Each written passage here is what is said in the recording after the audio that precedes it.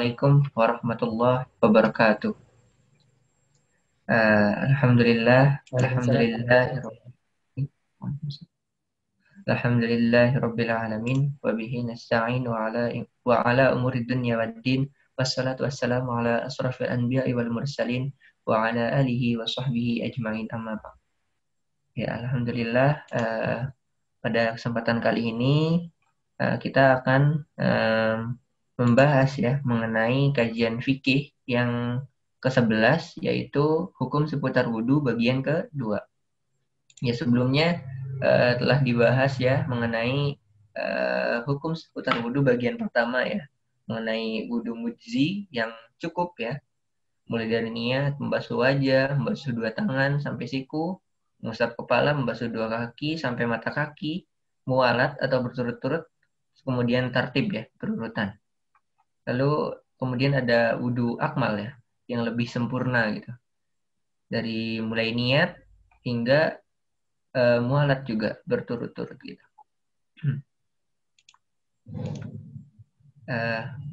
Sebelumnya sudah disampaikan ya mengenai seputar wudhu ini, dan mungkin cukup memusingkan gitu dengan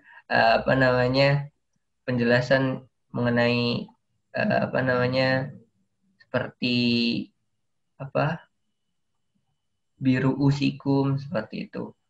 Kenapa ada kata-kata lafaz bi di sana gitu, seperti itu. Lalu apabila ada yang ingin ditanyakan mengenai kajian sebelumnya, bisa ditanyakan di kajian pada malam hari ini pada sesi tanya jawab ya. Oke. Kemudian langsung saja pada kajian yang ke-11 ini, insya Allah akan disampaikan oleh Ustadz Aris Abu Arsa. Kepada Ustadz Aris, dipersilakan.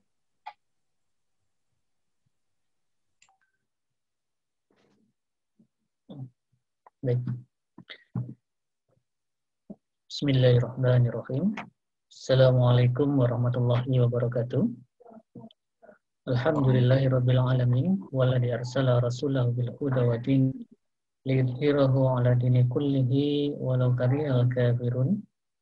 Wassalatu wassalamu ala asrafil anbiya'i wal mursalin wa ala alihi wa sahbihi wassalam ajma'in amma ba'd. Segala puji senantiasa kita panjatkan Allah Subhanahu wa taala yang senantiasa dimullah kepada kita, salawat serta semoga senantiasa tercurah kepada uswah kita Rasulullah Muhammad sallallahu alaihi wasallam, keluarga beliau, para sahabat serta kaum muslimin yang senantiasa mengikuti beliau. Alhamdulillah, pada kesempatan malam hari ini kita bisa lanjutkan kajian kita. Pada malam hari ini tema yang akan kita bahas masih seputar wudhu. Dan kita memasuki pada bagian yang kedua. Pada bagian yang kedua ini ada dua topik utama yang akan kita bahas. Yang pertama adalah terkait dengan aktivitas wudhu, di mana ada anggota wudhu, maksudnya adalah anggota badan yang wajib dibasuh ataupun diusap ketika wudhu.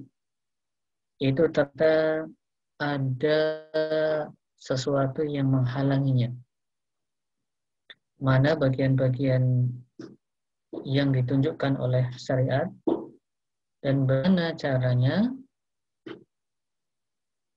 bagi wudhu yang disyariatkan ketika ada anggota badan yang wajib dibasuh ataupun diusap, itu dilakukan aktivitas wudhu. Dan yang kedua, topiknya yang akan kita bahas pada malam hari ini adalah terkait dengan apa-apa saja yang membatalkan. Jadi dua hal itu insya Allah yang akan kita bahas pada kesempatan malam hari ini. Yang pertama adalah terkait dengan mengusap pakaian yang menutup anggota wudhu. Jadi ketika anggota wudhu, badan yang menjadi kewajiban untuk dibasuh ataupun diusap, itu tertutup oleh kain ataupun sesuatu yang menghalangi anggota badan yang wajib dibasuh atau diusap tersebut. Setidaknya ada 3 jenis yang ditunjukkan oleh syariat. Bagaimana nanti secara praktis akan kita bahas. Yang pertama adalah kepala. Jadi di dalam aktivitas wudhu itu kan ada kewajiban atau salah satu aktivitas dari wudhu itu adalah mengusap kepala. Nah, ada kalanya seseorang yang sedang melakukan aktivitas wudhu itu bagian kepalanya terhalang oleh sesuatu. Yang dalam hal ini adalah pakaian ataupun bukan pakaian ya. Jadi apa-apa yang memang biasa dikenakan pada bagian kepala. Nah, yaitu bisa jadi dalam bentuk topi, peci, ya, ataupun yang lain. Nah, jadi ini adalah bagian yang pertama. Anggota wudhu itu terhalang sehingga bagaimana cara untuk membasuhnya atau mengusapnya. Yang kedua itu adalah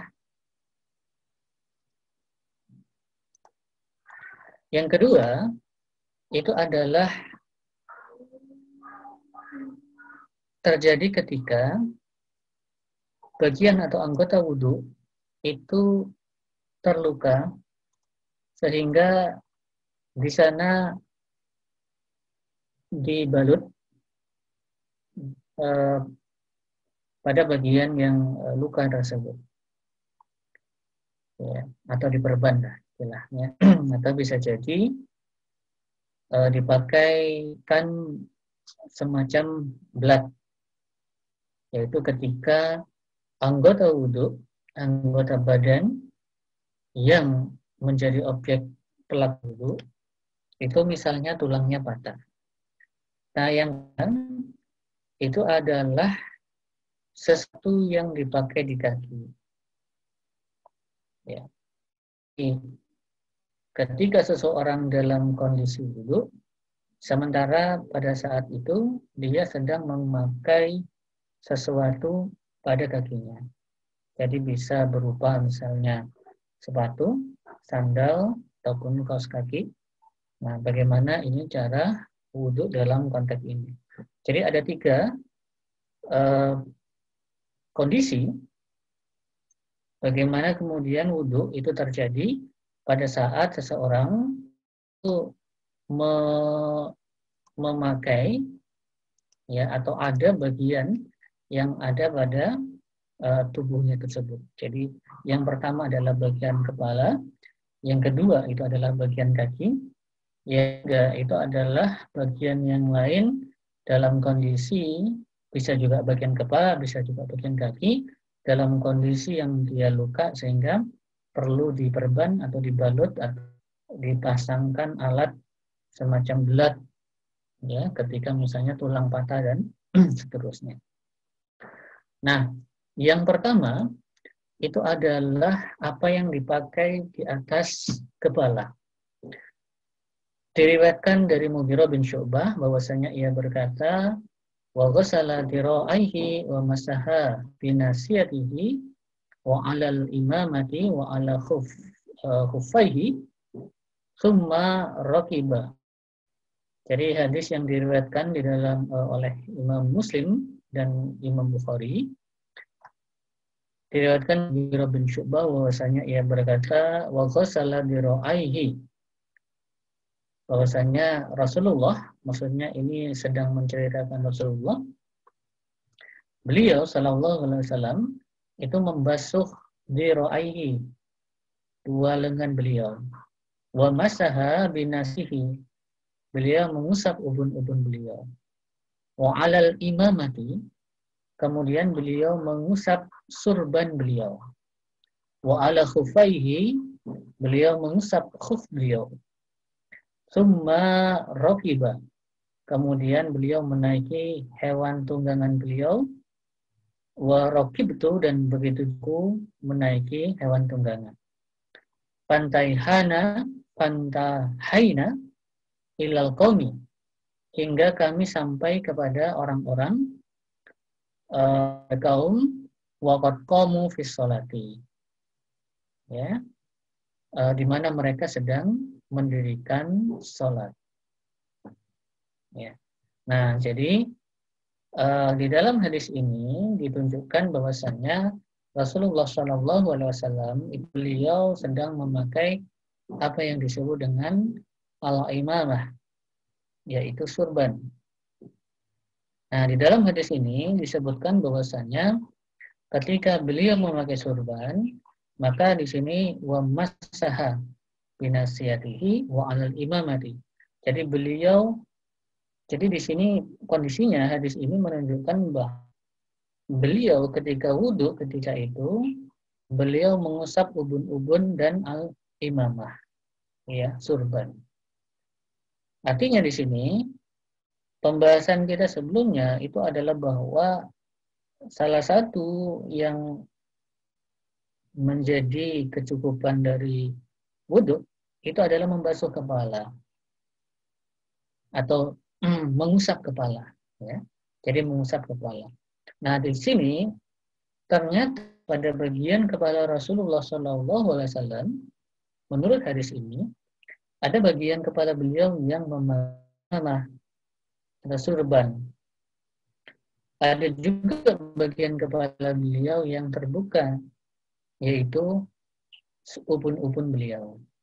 Nah, dalam kondisi ini, maka hadis yang diriwayatkan dari Mughirah bin Syu'bah ini menunjukkan bahwa dalam kondisi yang demikian, ternyata Rasulullah mengusap ubun-ubun beliau, begitu juga surban beliau.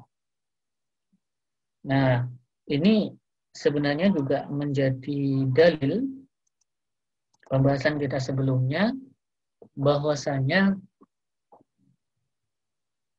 kepala yang dibasuh itu adalah bagian keseluruhan. Artinya keseluruhan kepala, bukan hanya sebagian kepala. Kenapa? Nah, hal ini ditunjukkan karena di dalam hadis yang diriwayatkan dari Mughirah bin Syu'bah ini, bahwasanya ketika itu Rasulullah SAW itu beliau tidak mencukupkan untuk mengusap ubun-ubun beliau semata, tetapi beliau juga mengusap surban beliau. Artinya ketika mengusap sebagian kepala itu mencukupi di dalam aktivitas wudhu, maka beliau tidak perlu lagi untuk mengusap bagian surban beliau. Beliau cukup mengusap bagian ubun-ubun beliau, yaitu bagian kepala yang tidak tertutup oleh surban beliau. Ternyata di dalam hadis ini beliau SAW selain mengusap ubun beliau, beliau juga mengusap surban beliau. Sementara itu di dalam hadis yang diriwayatkan dari Bilal, beliau mengatakan, anna Rasulullah sallallahu alaihi wasallam masaha alal khuffaini wal khimari. Jadi sesungguhnya Rasulullah SAW beliau itu mengusap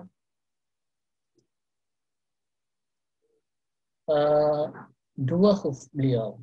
Ya, khuf ini nanti kita bahas pada pembahasan pada terakhir Karena al-khuffain ini masuk nanti pada pembahasan apa-apa yang dipakai oleh kaki. Nah, beliau mengusap khuffaini, ya, dua khuf beliau, wal khimari. Nah, ada yang disebut dengan khimar. Jadi khimar itu adalah kerudung. Khimar itu adalah penutup kepala. Nah, jadi memang bukan hanya perempuan ya yang pakai khimar. Lelaki bisa jadi kemudian pakai khimar. Rasulullah SAW, beliau ketika memakai khimar, maka ketika beliau wudhu, disebutkan di dalam hadis yang diriwayatkan dari Bilal bahwasanya beliau itu mengusap khimar beliau. Jadi beliau mengusap penutup kepala beliau.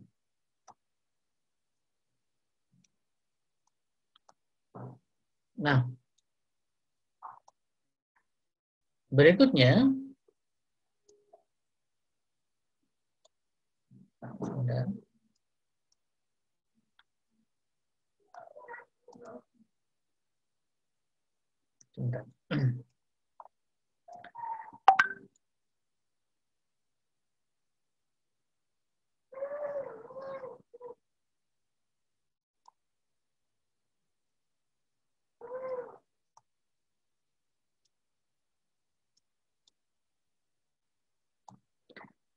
Baik, kita lanjutkan.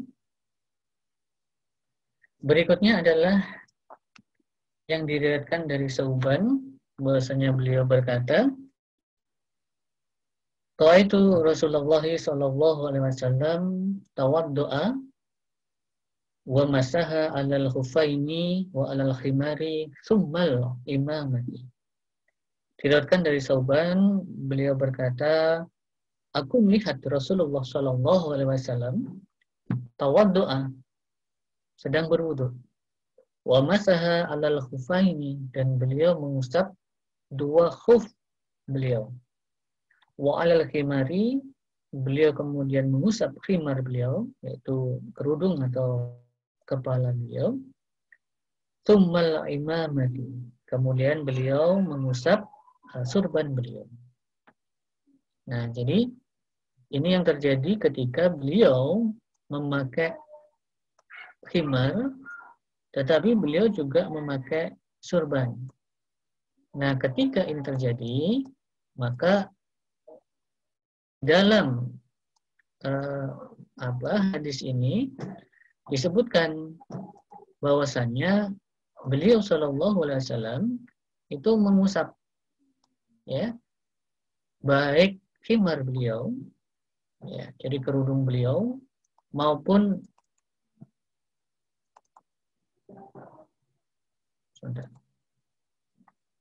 khimar beliau maupun surban beliau, ya. Jadi beliau mengusap baik khimar beliau maupun surban beliau.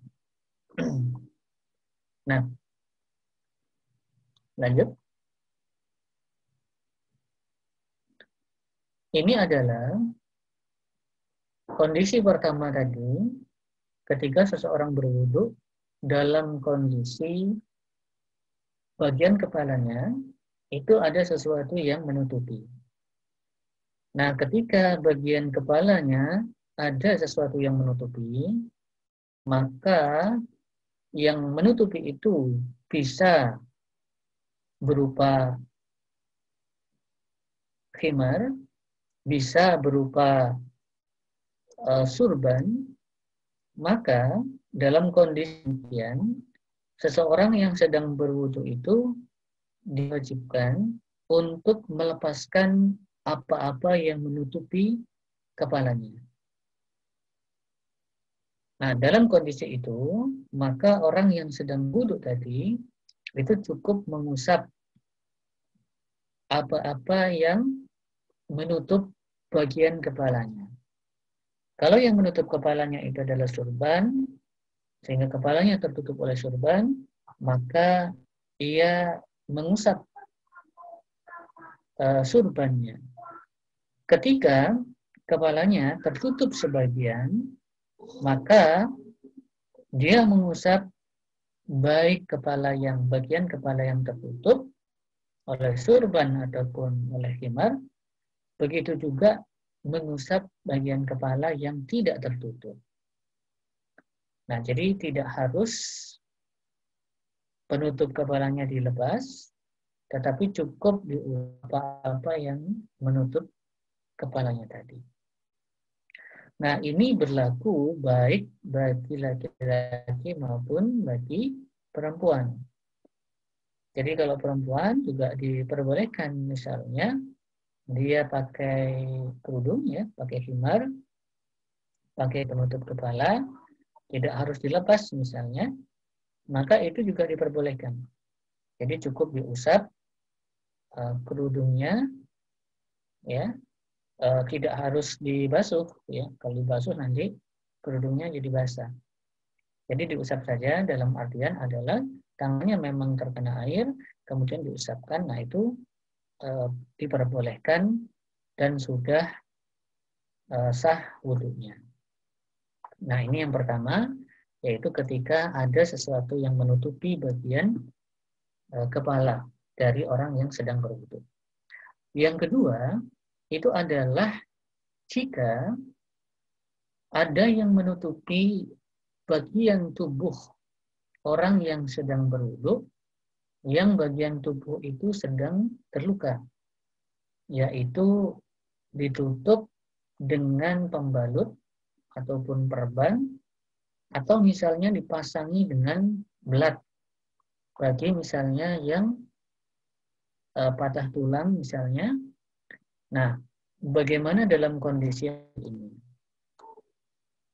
Dalam kondisi yang seperti ini, diriwayatkan dari Jabir radhiyallahu anhu berkaitan dengan orang yang luka kemudian mandi janabah dan meninggal.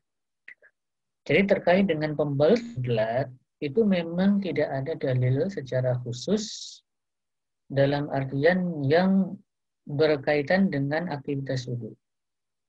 Jadi dalil yang ada itu adalah berkaitan dengan orang yang mandi janabah. Nah, tetapi secara umum dalil ini bisa diterapkan baik dalam konteks mandi janabah maupun dalam konteks wudu. Jadi diriwayatkan dari Jabir radhiyallahu an berkaitan dengan orang yang luka kemudian mandi janabah dan meninggal. Bahwasanya Rasulullah Shallallahu Alaihi Wasallam itu bersabda, "Innama kana yakfihi ayatayammama." Sesungguhnya cukup baginya ayatayammama untuk bertayamum. Wa yasiro menekan au yasiba ala jurhihi khirqatan, atau mengikat balutan yang yang ada, ya, khirqatan, ya. Jadi dengan ikatan itu alaihi, ya, atas bagian yang luka tadi. Tsumma yamsaha 'alaiha, kemudian mengusap lukanya. Wa yagsila sa'ira jasadihi, kemudian ia mandi ataupun membasuh seluruh tubuhnya.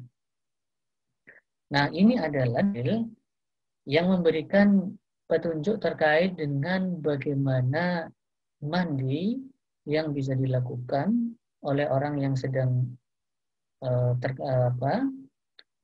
hadas besar, sementara dia dalam kondisi luka. Nah, ketika itu di masa Rasulullah ada sahabat yang demikian. Jadi dia terluka, kemudian jadi yang luka itu adalah bagian kepala. Kemudian bertanya sebenarnya kepada para sahabat, apakah ini menjadi rukhsah baginya? Maka para sahabat mengatakan tidak. Sehingga orang ini kemudian mandi. Nah, ketika mandi, kemudian ternyata lukanya jadi parah dan akhirnya meninggal. Nah, maka Rasulullah kemudian menyampaikan sabda ini, bahwasanya sesungguhnya cukup Jadi ada dua pilihan. Yang pertama adalah cukup bertayamum. Ya, cukup bertayamum. Atau yang kedua, ya, dia mengikat. Jadi nanti kita bahas ya tayamum. Jadi tayamum itu bisa jadi disebabkan dua hal. Setidaknya yang pertama adalah kondisi tidak ada air. Atau terus yang kedua itu adalah kondisi ketika tidak diperbolehkan untuk berwudhu dengan air. Ya, karena sakit. Nah, atau kalau tidak, itu adalah wa ya'siro au ya'siba ala jurfihi firqatan. Jadi, kalau kemudian tetap ingin menggunakan air, itu bisa dilakukan dengan terlebih dahulu membalut lukanya.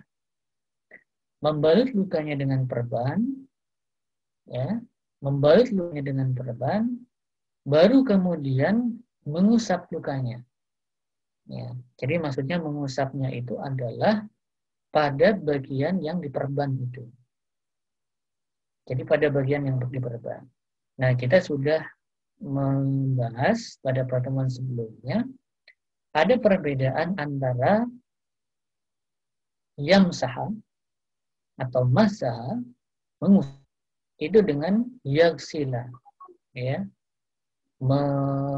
mandi atau membasuh. Nah, kalau dalam pembahasan mandi, itu kan sebenarnya tidak ada, jadi mandi janabah. Jadi mandi janabah, kita sudah bahas bahwasanya dalam mandi janabah itu kan tidak ada aktivitas mengusap. Jadi aktivitas di dalam mandi janabah itu adalah membasuh. Jadi aktivitasnya adalah membasuh. Artinya semua anggota badan itu kalau dalam mandi janabah itu adalah dibasuh. Ya, tidak ada yang diusap. Sementara kalau di dalam wudhu itu kan ada yang diusap. Nah, di dalam aktivitas mandi janabah yang seharusnya itu semuanya dibasuh, ternyata ketika seseorang itu terluka atau memiliki luka, bagian yang seharusnya dibasuh itu kemudian ditutup atau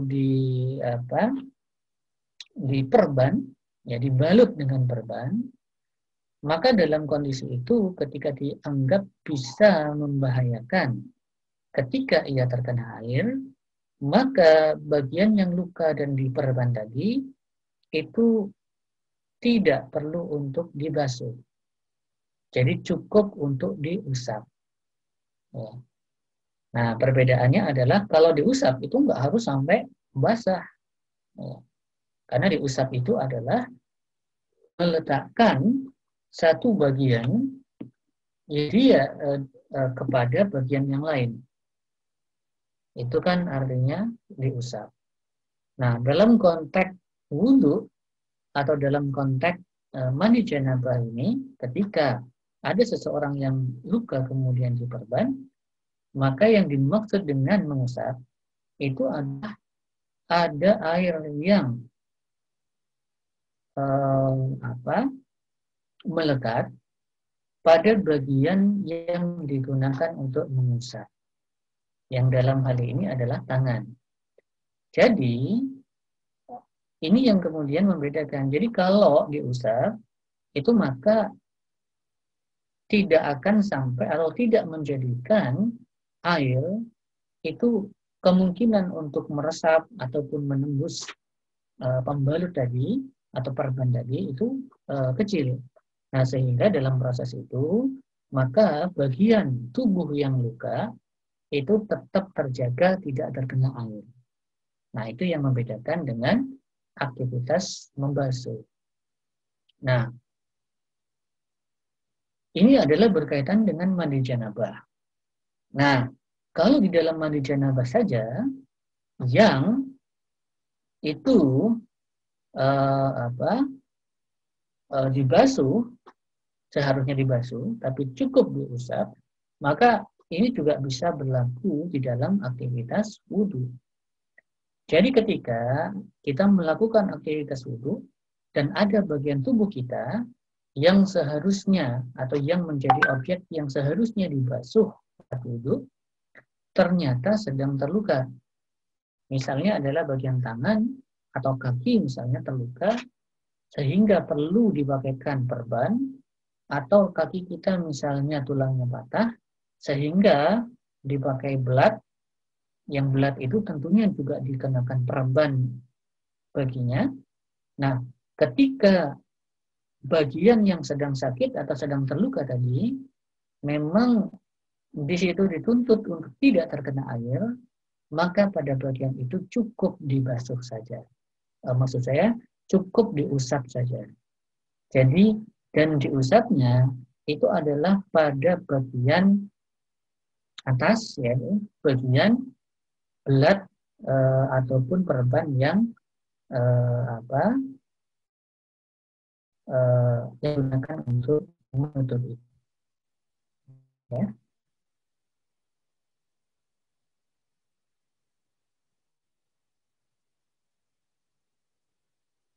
Silakan dilanjut yang operator.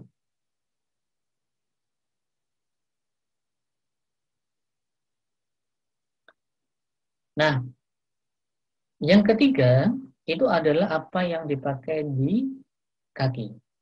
Ya. Jadi apa yang dipakai di kaki. Jadi apa-apa yang dipakai di kaki itu bisa berupa sepatu, bisa berupa kaos kaki. Ya. Hal ini diriwayatkan juga dari Mughirah bin Syu'bah. Ini juga hadis yang sama ketika kita membahas tadi ya terkait dengan adanya penutup pada bagian kepala. Jadi ini senada diriwayatkan dari Mughirah bin Syu'bah bahwasanya ia berkata, fa ghassala dhira'aihi wa masaha bi ra'sihi. Jadi beliau itu melihat, jadi beliau mengatakan terkait dengan aktivitas wudhu yang dilakukan oleh Rasulullah Shallallahu Alaihi Wasallam, bahwasanya fa ghassala dhira'aihi, bahwasanya beliau Shallallahu Alaihi Wasallam membasuh kedua lengan beliau, masaha bi ra'sihi, kemudian beliau mengusap kepalanya, kepala beliau, tsumma ahwaitu, kemudian aku jongkok, li anzi'a khuffaihi, untuk membuka kedua khuf beliau. Faqala da'huma, maka beliau berkata, biarkanlah keduanya. Fa ini adkhaltuhuma tahirataini, karena aku memasukkan kedua kakiku ke dalamnya itu tahirataini, dalam kondisi kedua kaki suci. Wa masaha alaihima, kemudian beliau mengusap kedua khuf beliau. Nah, dalil ini menunjukkan bahwa bagi seseorang yang dia memakai penutup kaki atau alas kaki, entah itu khuf, entah itu sepatu. Jadi khuf itu adalah semacam sandal atau alas kaki yang menutup sampai menutup mata kaki. Nah, atau misalnya sepatu, atau misalnya kaos kaki, maka orang yang sedang berwudu tadi itu boleh untuk tidak melepas apa yang sedang dipakai di kaki tersebut. Ini ditunjukkan dari sisi dari hadis ini bahwasanya ketika Mughirah bin Syu'bah akan melepas khuf yang sedang dipakai oleh Rasulullah, ternyata Rasulullah memerintahkan untuk da'huma, biarkanlah keduanya. Tetapi ada yang membedakan konteks di sini itu dengan sebelumnya, yaitu apa yang dipakai di kepala dan apa yang dipakai di untuk penutup perban pada bagian tubuh dengan maka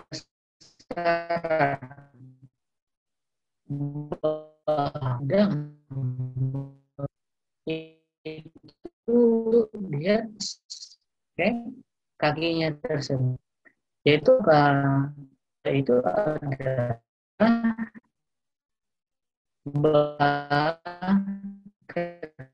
orang itu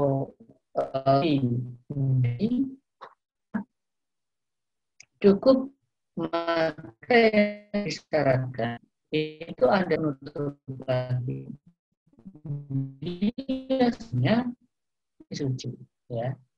Jadi kalau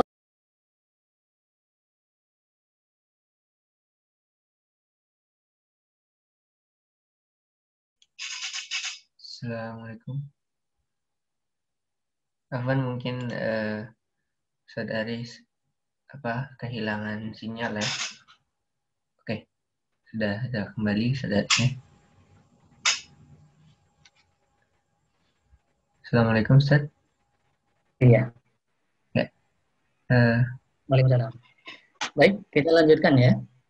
Tafadhol. Iya. Sebentar.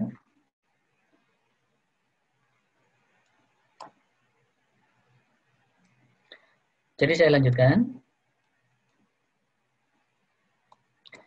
Jadi, ketika seseorang itu berwudu dan dia memakai khuf, kemudian dia bisa ketika berwudu itu tidak melepas khufnya atau tidak melepas apa yang sedang dipakai kakinya itu, disyaratkan adalah ketika seseorang itu jadi disyaratkan bahwasanya ketika seseorang itu memakai sepatu atau memakai khuf atau memakai kaos kaki, itu adalah dalam kondisi dia suci. Ya. Jadi dia suci terlebih dahulu, jadi sudah dalam kondisi suci, kemudian dia memakai sepatu atau memakai kaos kaki atau memakai khuf. Nah, dalam kondisi yang seperti itu, maka saat dia berwudu, dia tidak perlu untuk melepas sepatunya, khufnya, ataupun kaos kakinya, ataupun sandalnya. Ini karena Rasulullah bersabda, fa'ini adkhaltuhuma tahiratain.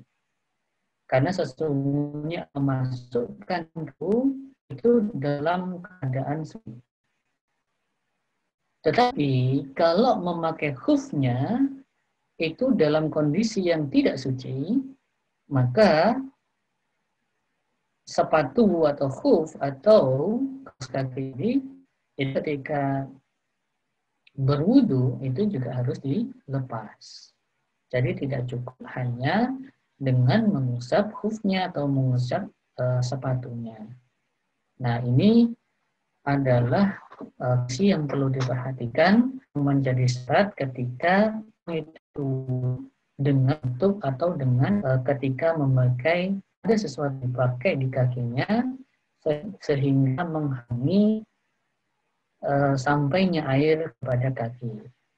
Nah, dan dalam kondisi ini yang disebutkan di dalam hadis sama ya. Jadi untuk bagian-bagian yang ada penutup itu tidak lagi perintahnya dibasuh. Tetapi perintahnya atau yang dicontohkan oleh Rasulullah itu adalah diusap. Jadi kaki itu kan kalau dalam wudu yang mujzi, yang mencukupi, itu kan seharusnya dibasuh, bukan diusap. Nah, tetapi kalau dalam kondisi kaki memakai penutup, maka cukup diusap. Dan ini yang dicontohkan oleh Rasulullah SAW. Lanjut.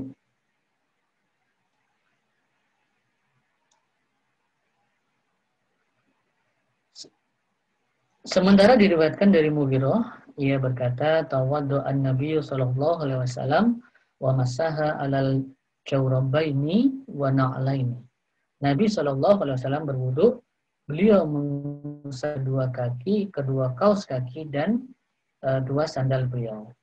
Jadi jawrab itu adalah kaos kaki, kemudian na'la itu adalah, atau na'lain atau na'lun itu adalah sandal.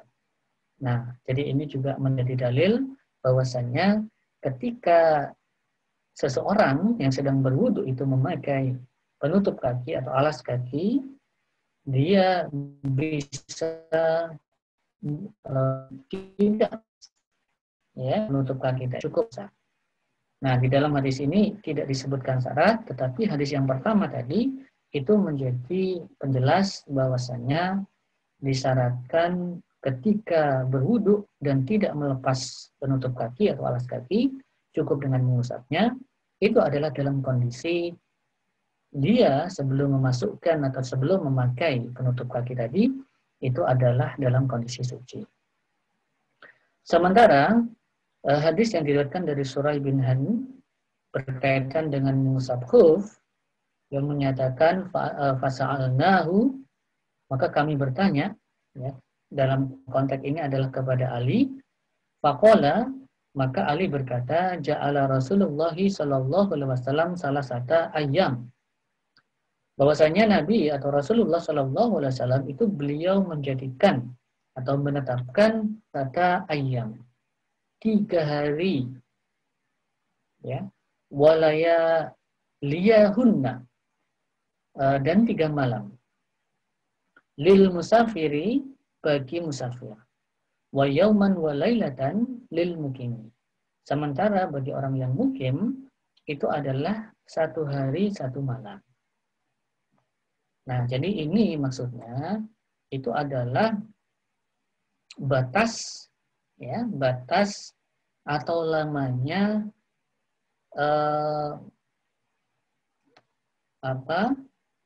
diperbolehkan untuk melakukan atau mengusap khuf ini, ya. Jadi atau mengusap penutup kaki tanpa melepas terlebih dahulu. Nah, sebagaimana kalau seseorang itu tayamum, maka, ya, jadi orang yang tayamum karena ia tidak mendapatkan air, maka tayamumnya itu batal ketika ia mendapatkan air. Nah, maka begitu juga dengan orang yang memakai khuf atau memakai sepatu atau yang memakai kaos kaki. Jadi kalau kemudian seseorang wudhu, kemudian memakai sepatu, kemudian dia mengusap sepatunya tadi, maka wudhunya itu menjadi batal ketika ia melepas sepatunya tadi. Ketika ia melepas khufnya tadi, maka itu menjadi batal, ya, karena itu sebagaimana maksudnya batal itu adalah ketika dia akan melakukan sholat, ya, maka dia harus berwudu lagi. Ya. Jadi kalau misalnya gini, jadi seseorang misalnya akan sholat, dia tidak mendapatkan air, kemudian dia melakukan tayamum. Nah, kemudian setelah itu, setelah sholat, untuk sholat berikutnya misalnya, ternyata dia mendapatkan air, maka dalam kondisi itu dia harus wudhu lagi. Ya. Jadi dia tidak mencukupkan dengan tayamum yang sebelumnya dia lakukan, maka dia berwudhu. Nah, begitu juga ketika seseorang itu berwudhu dengan cara mengusap penutup atau alas kaki. Maka ketika misalnya dia sudah melakukan sholat misalnya, kemudian pada sholat berikutnya, sebelum sholat berikutnya, itu dia, atau sesudah sholat misalnya, dia kemudian melepaskan penutup kaki atau alas kaki, maka dalam kondisi itu, dia harus wudhu kembali. Jadi, karena dengan melepaskan penutup tadi, yang karena pada wudhu yang pertama yang dia lakukan, itu yang diusap itu adalah alas kakinya. Nah, sehingga dia harus memperbaharui wudhunya. Lanjut.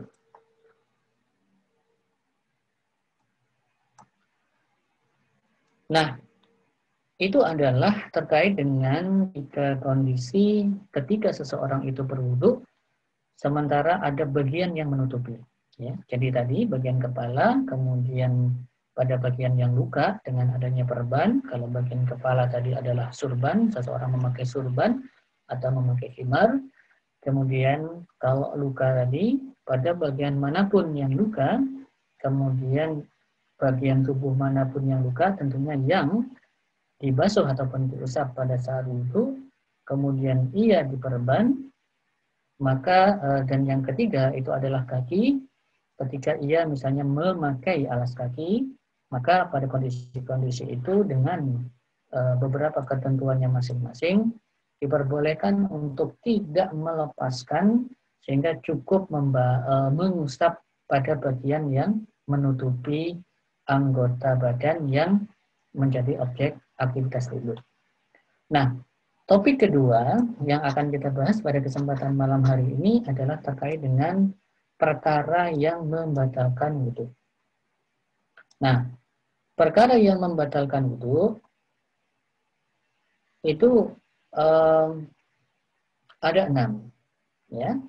Yang pertama, bisa kembali lagi. Yang pertama adalah sesuatu yang keluar dari 2 lubang. Ya, jadi ini yang pertama, yang termasuk ataupun menjadi sesuatu yang membatalkan wudhu. Nah, yang kedua, yang membatalkan wudhu itu adalah keluarnya darah. Nah, nanti akan kita bahas. Yang ketiga itu adalah muntah. Yang keempat itu adalah menyentuh kemaluan. Yang kelima itu tidur. Jadi tidur itu membatalkan wudhu, tetapi nanti akan kita bahas tidur yang seperti apa, karena memang tidak semua tidur itu membatalkan wudhu. Dan yang ketiga, yang keenam, itu adalah makan daging unta. Nah, jadi ini adalah 6 perkara yang membatalkan wudhu. Walaupun memang ada beberapa perbedaan pendapat ya terkait dengan perkara yang membatalkan wudhu. Nah, kita bahas satu persatu. Yang pertama, itu adalah sesuatu yang keluar dari 2 lubang. Yang dimaksud 2 lubang ini adalah lubang keluarnya kotoran, yaitu farji dan kemaluan dan anus atau dubur. Jadi tempat keluar dari depan ataupun dari lubang belakang. Nah, sesuatu yang keluar dari 2 lubang itu bisa berupa air kencing dari lubang depan dan tinja dari lubang belakang. Yang kedua, sesuatu yang keluar dari 2 lubang ini bisa jadi berupa mani yang keluar dari lubang depan. Dan yang ketiga itu adalah madhi dari lubang depan. Yang keempat itu adalah wadi dari lubang depan. Dan yang kelima itu adalah angin, yaitu atau kentut, itu dari lubang belakang. Nah, dari kelima ini, ya, ini ada satu yaitu mani. Ini yang berkonsekuensi tidak hanya mandi, tidak hanya wudhu, tetapi adalah dengan mandi janabah. Sementara yang keempat ini adalah cukup dengan wudhu. Tetapi ya karena keluarnya mani ini mewajibkan mandi, tentunya secara otomatis ia juga termasuk perkara yang membatalkan wudhu. Ya. Jadi sehingga memang ia termasuk perkara yang membatalkan wudhu. Nah, lanjut. Selanjutnya kita akan bahas, kita akan sampaikan beberapa dalil yang menunjukkan atau yang menjadi dalil terkait dengan kondisi-kondisi tadi yang menjadi pembatal wudhu. Di dalam surat Al-Maidah ayat 6, Allah SWT berfirman, wa in kuntum mardha, jika kalian sakit, au ala safarin atau dalam perjalanan, au jaa ahadun minkum minal ghaib, atau salah satu dari kalian itu kembali atau datang dari al-ghaid. Ya, al-ghaid ini kita kemarin sudah bahas adalah tempat buang air. Aula mastumun nisa, atau menyentuh perempuan. Ya, walaupun menyentuh di sini ini yang dimaksud sebagaimana misalnya disebutkan oleh Ibnu Abbas bahwasanya yang dimaksud dengan aula mastumun nisa itu adalah lebih tepatnya bukan menyentuh, tetapi adalah berjima atau berhubungan badan atau berhubungan suami istri dengan perempuan. Falam tajidu ma'an, kemudian tidak mendapatkan air, fatayammamu sha'idan thayyiban, maka bertayamumlah dengan tanah yang baik. Nah, jadi ini menunjukkan, ya, jadi di sini disebutkan auja ahadum wa'id, jadi ketika seseorang itu kembali dari tempat buang air besar, ini maksudnya kembali dari tempat buang air besar berarti dia melakukan aktivitas buang air besar. Nah, jadi ini menjadi dalil bahwasannya buang air besar atau al-ghaid, ya, itu membatalkan wudu. Karena di dalam ayat ini disebutkan bahwasannya kalau kemudian tidak mendapatkan air, ya, maka cukuplah bertayamum. Ya, lanjut.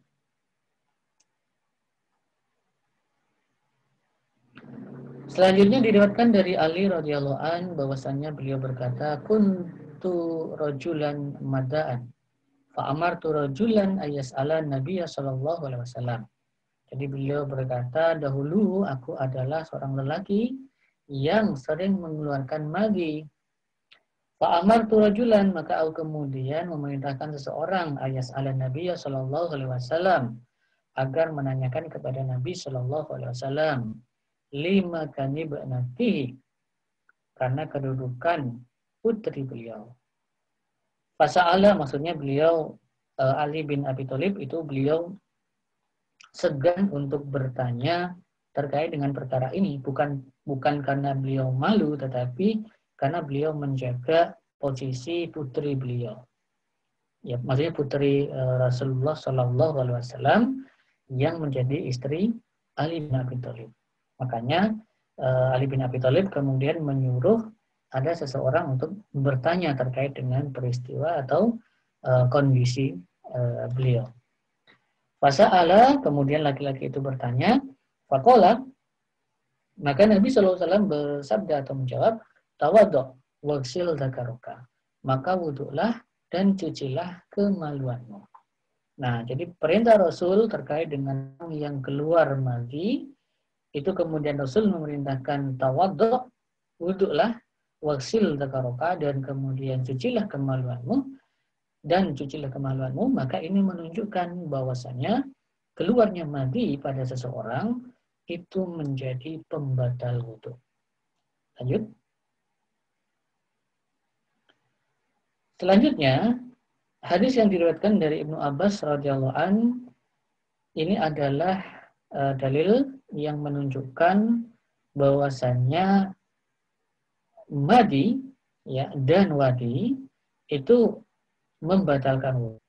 Bahwasanya ia berkata al-maniyu wal madyu wal wadyu. Jadi beliau menyampaikan, ya, jadi bahwasanya ada mani, ada kemudian madi, ada kemudian wadi. Ammal maniyu fa huwa alladhi hul ghuslu. Sementara mani itu adalah menjadi penyebab mandi. Wa ammal wadyu wal madyu, adapun terkait dengan wadi dan mani, faqala igsil dzakaraka, maka cucilah kemaluanmu, au madzakiraka wa tawaddu wudu'aka lis-sholati, kemudian wuduklah sebagaimana atau seperti wudhu untuk sholat. Nah, ini menunjukkan bahwasanya baik wadi itu termasuk pembatal wudhu, sehingga ketika seseorang akan melakukan sholat, maka dia diperintahkan untuk wudhu terlebih dahulu. Lanjut. Berikutnya, diriwayatkan dari Abu Hurairah bahwasanya beliau berkata, Rasulullah Shallallahu Alaihi Wasallam bersabda, la tuqbalu salatu man ahdasa. Tidak diterima salat orang yang sedang berhadas. Hatta yatawaddu'a, sampai kemudian ia berwudu. Julud, kemudian seorang laki-laki berkata, min Hadramaut, yang dia berasal dari Hadramaut, mal hadasu, ya Abu Hurairah, apa hadas itu? Qala fusaun au duratun. Jadi Abu Hurairah kemudian berkata, apa yang ketika ditanya terkait dengan apa al-hadas itu? Maka beliau menjawab, fusaun au duratun. Jadi kentut yang bersuara ataupun kentut yang tidak bersuara. Nah, ini menjadi dalil bahwasanya kentut itu termasuk hadas dan ia termasuk perkara yang membatalkan wudhu. Karena dia menyebabkan seseorang itu sholatnya tidak diterima sampai kemudian dia wudhu. Nah, walaupun di sini Abu Hurairah ketika ditanya apa itu hadas, beliau menyatakan kentut baik yang bersuara ataupun kentut yang tidak bersuara, itu bukan berarti yang dimaksud dengan hadas itu hanya kentut atau hanya buang angin saja. Tetapi ini adalah contoh yang termasuk atau perkara yang termasuk hadas, yaitu adalah buang angin. Nah, buang angin ini itu bisa bersuara maupun tidak bersuara. Maka ia tetap diwajibkan untuk wudhu ketika dia akan melaksanakan sholat. Lanjut.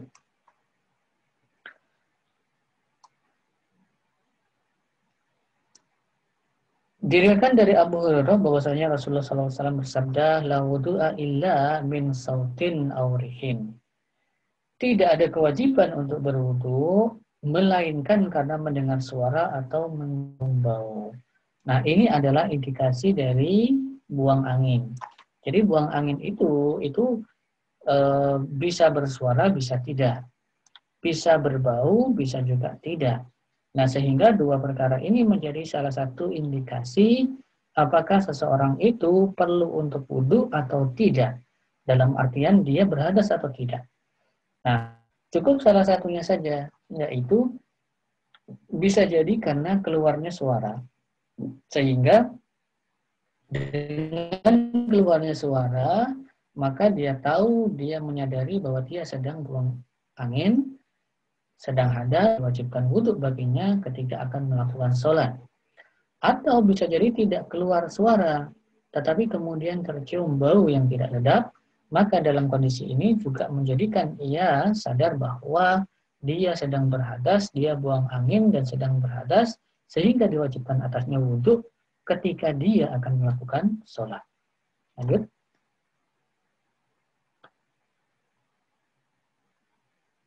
Nah, itu adalah terkait dengan buang angin dan indikasinya. Nah, sehingga intinya poin yang pertama itu adalah apa-apa yang keluar baik dari lubang depan maupun dari lubang belakang, maka ketika itu terjadi, seseorang itu sedang berhadas. Dalam artian, dia wajib atau dia menjadi atau perkara tersebut, kondisi tersebut menjadi pembatal wudhunya. Yang kedua, yang menjadi pembatal wudhu itu adalah keluar darah. Diriwayatkan dari Aisyah radhiyallahu anha bahwasanya ia berkata, Anna Fatimah binta Abi Hubaish, ini sudah pernah ya kita bahas, yang intinya adalah sa'alatin Nabi sallallahu alaihi wasallam. Jadi beliau itu bertanya kepada Nabi sallallahu alaihi wasallam, qalat, ia berkata, ini ustahadu jadi mengalami keluar darah. Fala adhuru, dan aku tidak bisa suci. Afa ada as-salata, apakah aku harus meninggalkan salat? Faqala, maka Nabi sallallahu alaihi wasallam bersabda, la, tidak. Inna dzalika irkun, bahwa sesungguhnya ia adalah irkun. Jadi penyakit. Maksudnya penyakit itu atau irkun itu adalah darah yang keluar dari pembuluh darah yang pecah. Walakin da'i as-salata, akan tetapi janganlah meninggalkan salat qadral ayam, ya, sesuai dengan hari-hari allati kunti takhidina fiha, di mana engkau itu dalam kondisi haid di dalamnya. Summa tasili wasoli, kemudian ia mandi, kemudian sholat. Nah, hadis ini menunjukkan, jadi hadis ini kan sebenarnya, jadi memang di dalam hadis ini bisa diambil setidaknya dua hukum atau dua kondisi dan bagaimana hukumnya. Jadi kondisi yang pertama itu adalah kondisi haid, dan kondisi yang kedua, jadi ini adalah kondisi keluar darah, ya, keluarnya darah dalam dua kondisi. Jadi keluarnya darah dalam kondisi haid dan keluarnya darah dalam kondisi yang bukan haid. Nah, jadi dua kondisi keluar darah ini disebutkan di dalam hadis ini sehingga kita bisa mengambil bagaimana hukumnya. Jadi kalau keluar darahnya itu dalam bentuk haid, maka yang diwajibkan ada mandi. Karena ia menjadi, atau seseorang yang keluar haid itu dihukumi dia hadas besar. Sehingga ketika kemudian suci, maka dia mandi dan boleh sholat. Nah, dan dalam kondisi itu, dalam kondisi haid itu, maka seseorang wanita tadi itu dilarang atau diharamkan untuk sholat. Nah, sementara kondisi yang kedua itu adalah keluarnya darah, tapi bukan darah haid, tetapi dia adalah darah istihadah. Ya, jadi darah istihadah. Jadi darah istihadah itu bukan darah haid. Nah, jadi wanita yang mengalami keluarnya darah istihadah. Nah, jadi keluarnya darah istihadah ini disebut oleh Rasulullah SAW, inna dzalika irkun. Ia adalah darah yang keluar karena yang pecah. Nah, dalam kondisi yang seperti ini, maka seorang wanita yang keluar darahnya bukan haid tapi istihadah, maka dia tidak meninggalkan sholat. Maka dia tidak boleh meninggalkan sholat. Dia tetap memiliki kewajiban untuk sholat. Ya. Nah, tetapi dalam kondisi istihadah ini atau keluar darah ini, maka dia diwajibkan untuk wudhu karena ia menjadi pembatal atas wudhunya. Maka ketika seorang wanita itu keluar darah yang itu adalah istihadah, maka itu menjadi pembatal wudhunya, dan ketika dia akan sholat maka dia wajib untuk wudhu. Nah, ini juga berlaku sebenarnya, kondisi yang kedua ini berlaku bagi siapa saja, baik laki-laki maupun perempuan yang keluar darah. Yang keluar darah itu dalam kondisi yaitu memang keluar darah yang darahnya itu keluar dari pembuluh darah. Nah, dalam kondisi itu dari hadis ini akhirnya diambil hukum bahwasanya keluarnya darah itu menjadi pembatal wudhu. Dan bagi seseorang yang keluar darah, ketika dia akan melakukan aktivitas sholat, maka dia diperintahkan untuk wudhu terlebih dahulu. Ya, nah termasuk di sini misalnya mimisan misalnya. Jadi kalau kita mimisan misalnya, maka itu menjadi pembatal wudhu kita. Sehingga kalau kemudian kita akan sholat, maka kita harus wudhu. Lanjut. Ini adalah kondisi yang kedua. Imam Tirmidzi meriwayatkan hadis ini dan ada tambahan di dalamnya. Qala Abu Muawiyah fi hadisihi. Abu Muawiyah berkata di dalam hadisnya, wa qala tawaddu'i likulli salatin hatta yaji'a dzalikal waktu. Ya. Jadi ini adalah penjelasan atau tambahan terkait hadis tadi. Jadi hadis tadi itu kan di dalam lafaz hadis sebelumnya, itu kan Rasul hanya menjelaskan bagaimana kalau seseorang perempuan tadi itu haid. Jadi kalau dia haid maka mandilah, kemudian sholatlah. dengan mengganti hari-hari di mana dia haid. Nah, sementara bagi orang yang istihadah tadi, itu kan tidak diperintahkan untuk meninggalkan sholat. Jadi malah tidak boleh untuk meninggalkan sholat. Maka ini juga menjadi petunjuk bahwasannya mandi yang diperintahkan oleh Rasulullah SAW atau yang disampaikan oleh beliau itu bukanlah ditujukan kepada orang yang atau perempuan yang mengalami istihadah tadi, tetapi bagi wanita yang mengalami haid. Sementara bagi yang mengalami istihadah itu yang berlakulah pada tambahan hadis ini, yaitu tawaddu'i likulli sholatin. Jadi adanya kewajiban untuk berwudu likulli sholatin pada setiap sholat. Hatta yaji'al dzalikal waktu, hingga tiba waktu tersebut. Nah, jadi ini menunjukkan bahwa bahwa keluarnya darah itu menjadi pembatal wudhu. Kenapa?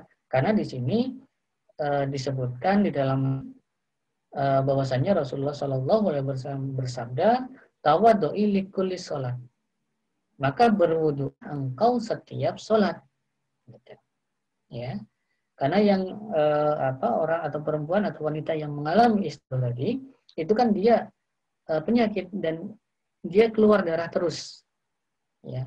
Jadi keluar darah terus. Nah, sehingga bisa dipahami bahwa kondisi wanita tersebut itu adalah setelah dia setelah jadi keluar darah terus gitu. Jadi setelah wudhu misalnya, kemudian sholat misalnya, keluar darah lagi. Jadi sering keluar darahnya.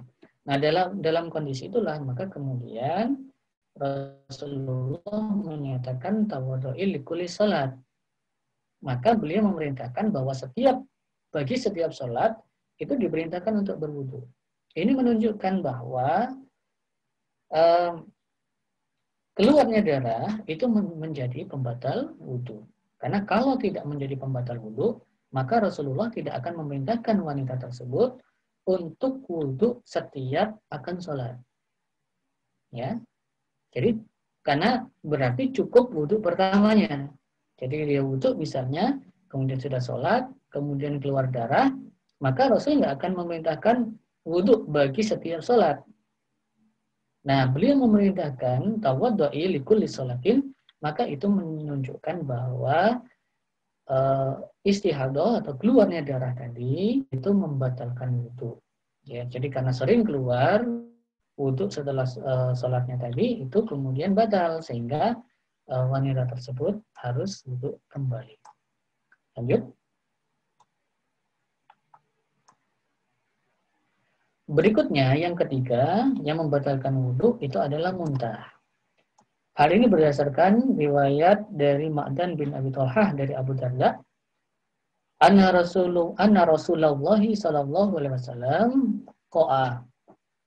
Bahwasanya Rasulullah sallallahu alaihi wasallam beliau muntah. Fa'aftara, maka kemudian beliau berbuka. Fatawaddu'a, dan beliau berwudu. Falakitu sauban fi masjid di Masqah. Lalu aku bertemu, jadi Ma'zan ini aku bertemu dengan sauban di masjid Damsyik. Fadzakartu dzalika, kemudian aku ceritakan perkara itu lahu kepadanya. Fadzakartu dzalika lahu. Faqala, kemudian sauban berkata, shadaqa, benar, anna sababtu lahu wadu'ahu. Akulah yang menuangkan air wudu untuk beliau pada saat itu. Nah, jadi ini menunjukkan atau berdasarkan hadis ini menunjukkan bahwasannya kalau kemudian seseorang ataupun kita muntah, maka itu menjadi pembatal wudu, ya, karena Rasulullah Shallallahu Alaihi Wasallam itu ketika beliau muntah, maka beliau kemudian wudhu dan disebutkan bahwasanya Sauban menceritakan bahwasanya beliaulah yang menuangkan air wudhu bagi Rasulullah Shallallahu Alaihi Wasallam. Lanjut. Ini yang ketiga.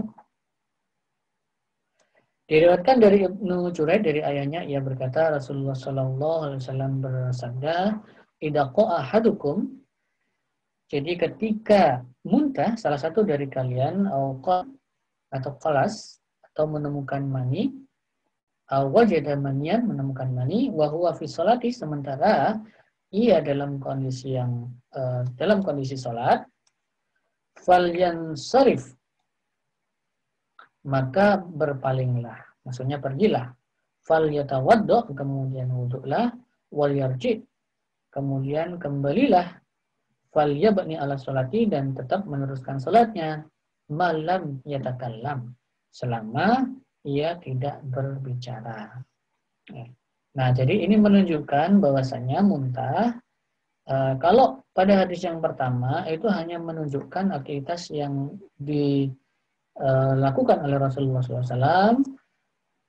Kalau ini adalah sabda beliau yang memperjelas bahwasanya muntah itu membatalkan wudhu.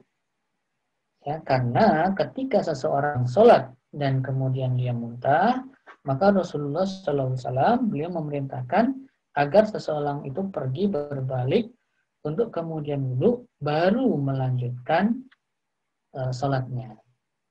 Nah, jadi ini menunjukkan bahwasanya muntah itu menjadi pembatal wudhu. Lanjut.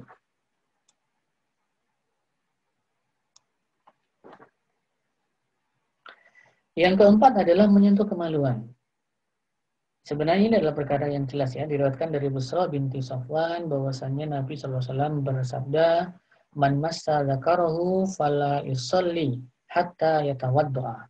Barang siapa yang menyentuh kemaluannya, hendaklah ia tidak melakukan sholat sampai ia berwudu. Jadi ini menunjukkan bahwasanya menyentuh kemaluan itu menjadi pembatal wudu. Lanjut.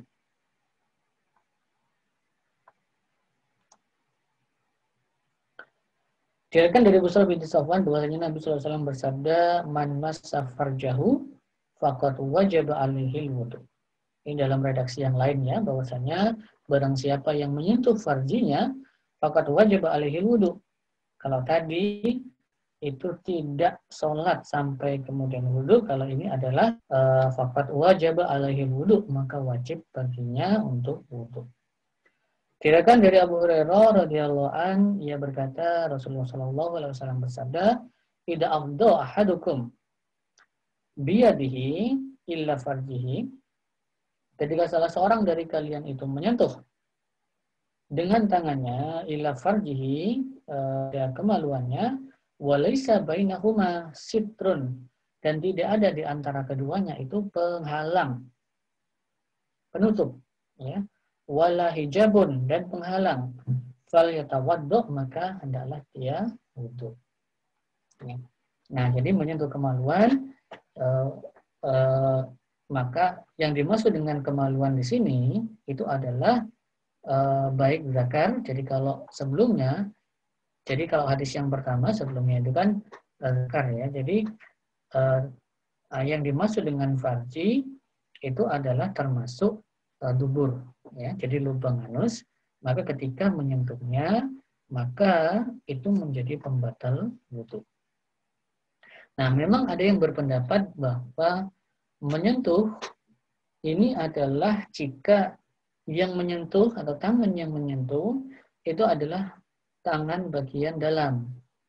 Kalau yang menyentuh itu adalah tangan bagian luar, maka nggak membatalkan wudhu. Memang ada yang demikian. Tetapi kalau kita lihat lafaz hadisnya, maka idza afdho atau menyentuh di sini, terus kemudian dikatakan adalah biyadihi, dengan tangannya, itu bersifat atau bermakna umum. Artinya adalah seluruh bagian tangan. Seluruh bagian tangan yang dimaksud di sini adalah pergelangan tangan. Karena itulah yang biasanya terkategori atau dimaknai sebagai aktivitas menyentuh, ya, atau dengan tangan. Nah, sehingga dan ini lebih hati-hati, ya, jadi lebih berhati-hati bahwasanya baik tangan bagian dalam maupun tangan bagian luar. Lanjut.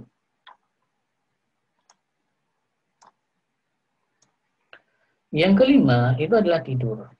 Walaupun di sini tidur ini nanti ada beberapa jenis, ya. Jadi tidur yang membatalkan wudhu. Jadi tidak semua tidur. Diriwayatkan dari Sofwan bin Asal, ia berkata, "Kana ya idza kunna safaron."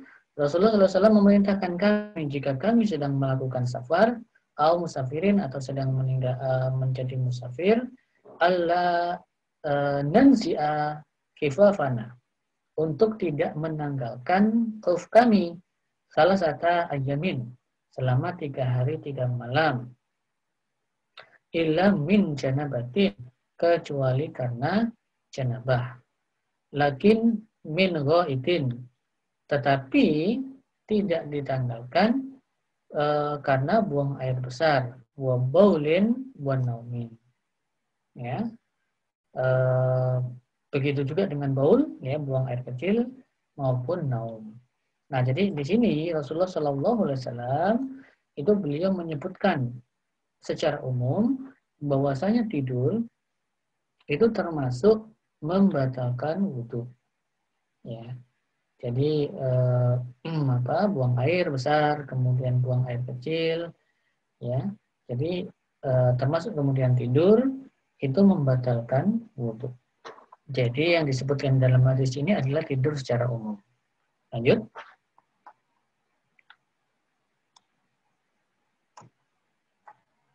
Kemudian ada hadis yang diriwayatkan dari Ibnu Abbas radhiyallahu anhu. Beliau menyatakan faqama fasalla, lalu beliau bangun kemudian sholat. Fakuntu an yasarihi, aku pun berdiri di sebelah kiri beliau. Fakhadha biyadi, lalu beliau memegang tanganku.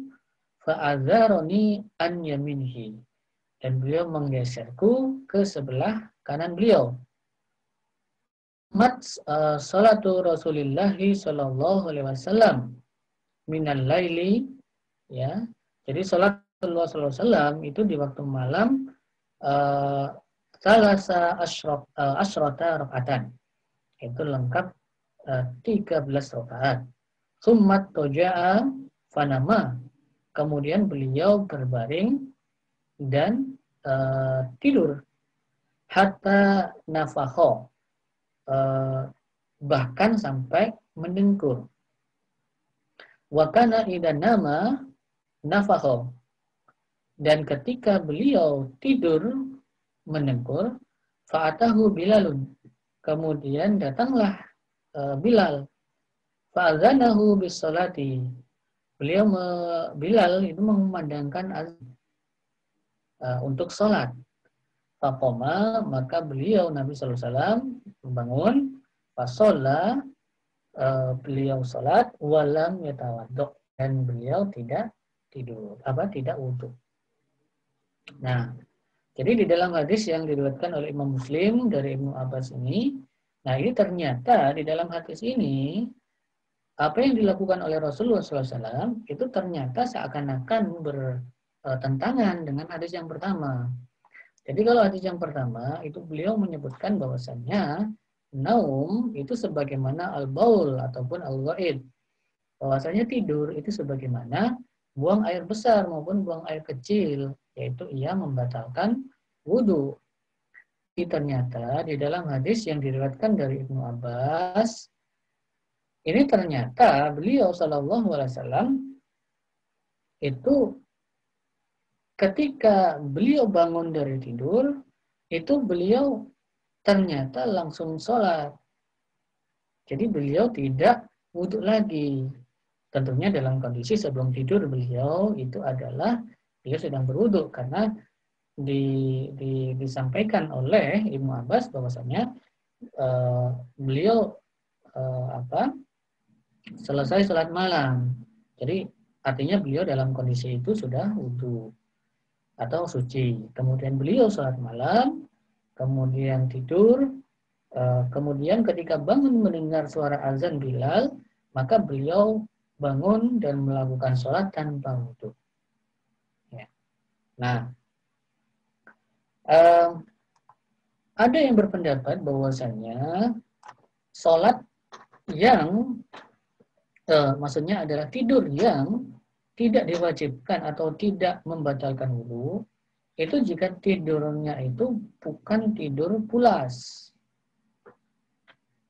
Jadi bukan tidur yang menghilangkan akal. Sementara yang membatalkan wudu itu adalah tidur yang pulas atau tidur yang menghilangkan akal.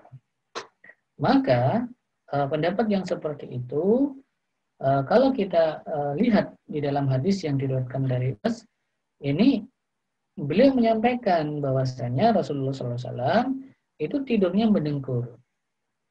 Yang biasanya yang tidur mendengkur, jadi orang yang ketika tidur itu mendengkur, itu biasanya menunjukkan bahwasanya tidurnya itu pulas. Karena nah sehingga apa yang disebutkan di dalam hadis Ibnu Abbas ini menunjukkan bahwasanya ketika itu beliau Rasulullah SAW itu tidurnya juga pulas. Tetapi ternyata beliau tidak wudhu lagi. Nah sehingga muncul kemudian pertanyaan, kenapa atau apa yang menjadikan tidur yang beliau lakukan yang seperti ini ternyata kok tidak membatalkan wudhu. Sementara di dalam hadis yang pertama, beliau menyatakan bahwasannya tidur itu menjadi pembatal wudhu. Lanjut.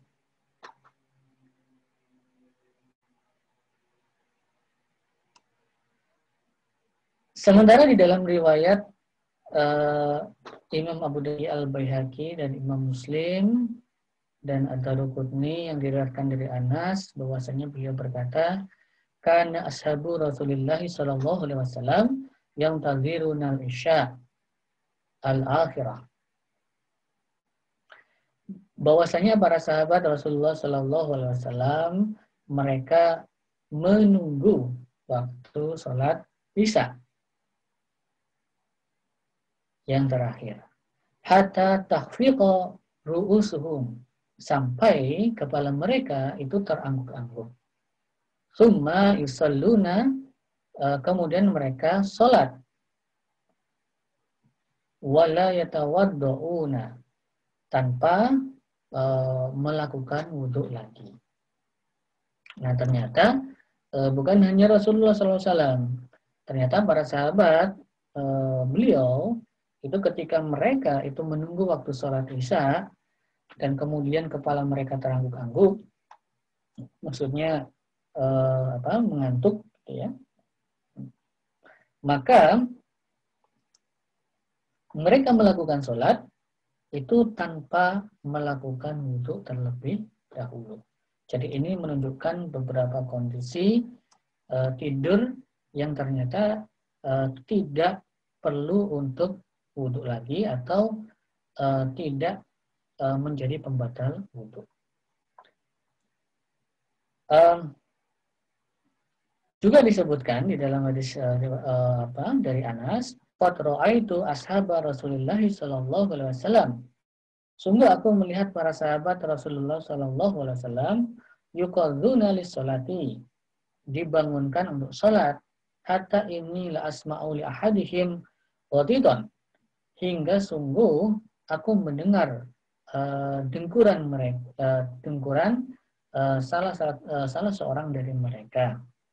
Summa yusalluna wala yatawaddu'un, kemudian mereka sholat dan mereka tidak berwudu.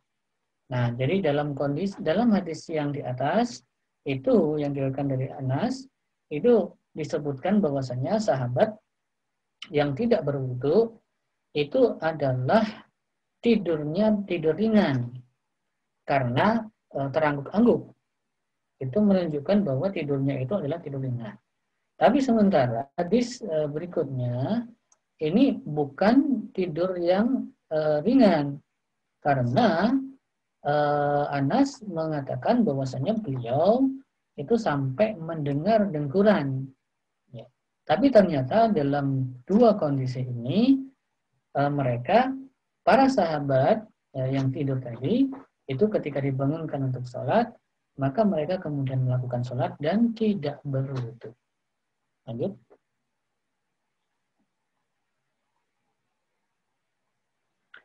Nah, dari hadis-hadis yang sudah disebutkan tadi, maka kita bisa mengambil kesimpulan bahwa yang terjadi itu sebenarnya bukan kontradiksi, dalam artian adalah di satu sisi Rasulullah Shallallahu Alaihi Wasallam mengatakan bahwa tidur itu membatalkan wudu, tapi kemudian di sisi lain ternyata beliau dan para sahabat itu ketika tidur kemudian bangun, beliau dan para sahabat itu langsung melakukan sholat tanpa wudu. Jadi seakan-akan terjadi kontradiksi. Nah, tetapi sebenarnya kita bisa mengambil kesimpulan sebenarnya bahwa yang pertama, berdasarkan hadis yang pertama, maka tidur itu memang secara umum membatalkan wudu. Ya, jadi tidur secara umum itu memang membatalkan wudu karena ia disetarakan, disamakan dengan al-ghaid dan al-baul, buang air besar dan buang air kecil. Nah, ini tidur secara umum. Nah, yang kedua, tidur dalam kondisi menunggu sholat. Ya, tidur dalam kondisi menunggu sholat, ya, baik dengan duduk terangguk-angguk, mendengkur maupun berbaring, maka tidur yang seperti ini tidak membatalkan wudu. Ya. Jadi tidur yang seperti ini tidak membatalkan wudu. Yang ketiga, jika tidurnya itu adalah pulas, tidurnya itu tidak pulas, tetapi dia di luar menunggu sholat, maka tidur yang seperti ini tidak membatalkan wudu. Ya, jadi ini yang kemudian kita ambil dari hadis-hadis tadi. Ya, jadi intinya itu adalah kalau tidurnya itu dalam rangka menunggu sholat, jadi tidurnya itu adalah dalam menunggu sholat, maka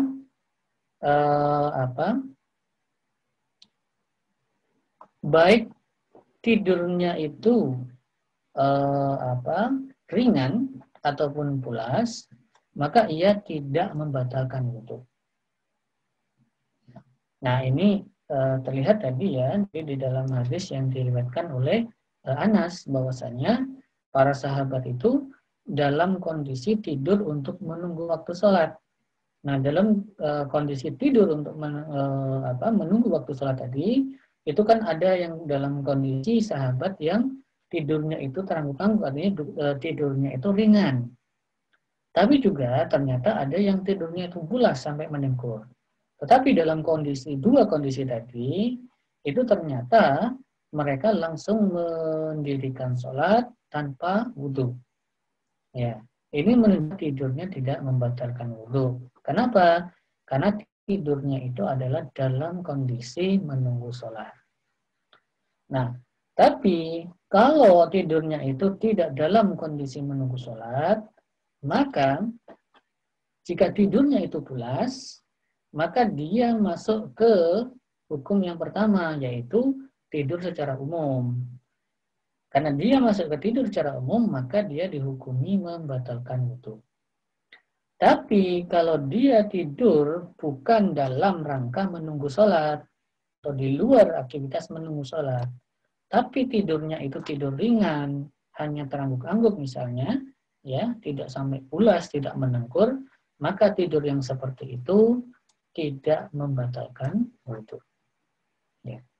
Nah, jadi itu yang kita bisa ambil dari hadis-hadis terkait dengan aktivitas tidur. Lanjut.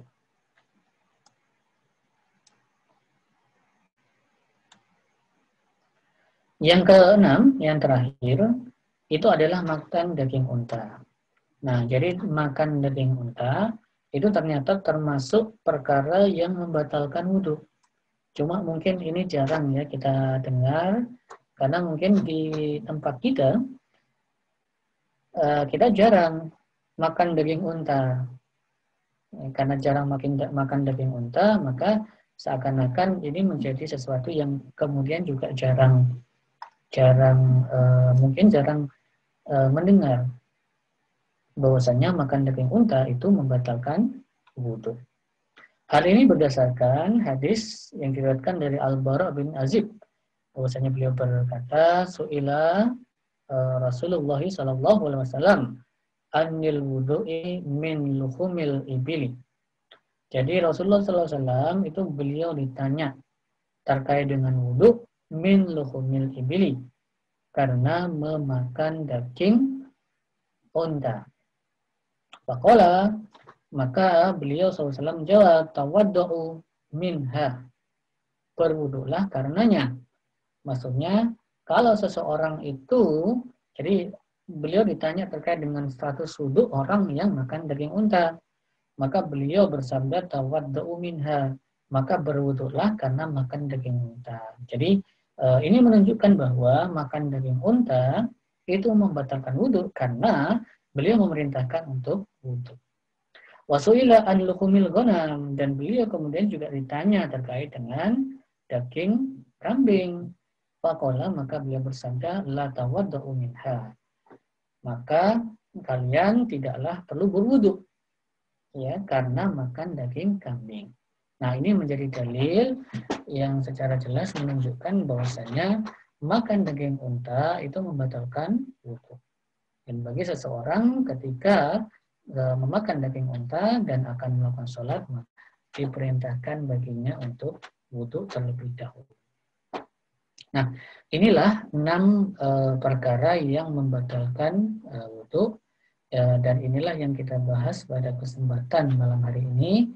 Untuk selanjutnya, saya persilakan kalau ada yang ingin bertanya atau ada yang ingin ditanyakan, saya kembalikan kepada Mas Faris. Silakan. Ya, jazakallah khairan kepada Ustaz Aris Abu Harsa yang telah menyampaikan materi kajian fikih yang ke-11 ya.